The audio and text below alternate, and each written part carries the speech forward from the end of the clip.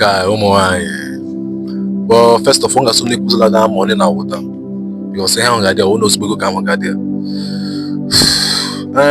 This video na alone lerena as that this video me abia police and out like this one about obunna ono polytechnic, but if I want to about Abia State polytechnic.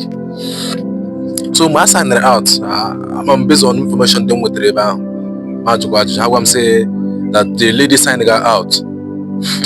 That time I saw dear, I saw dear Kenya okay, buru 10 million.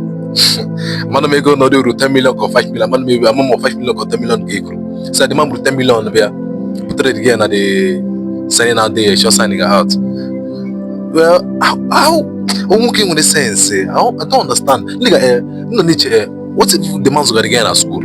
Go just so nah.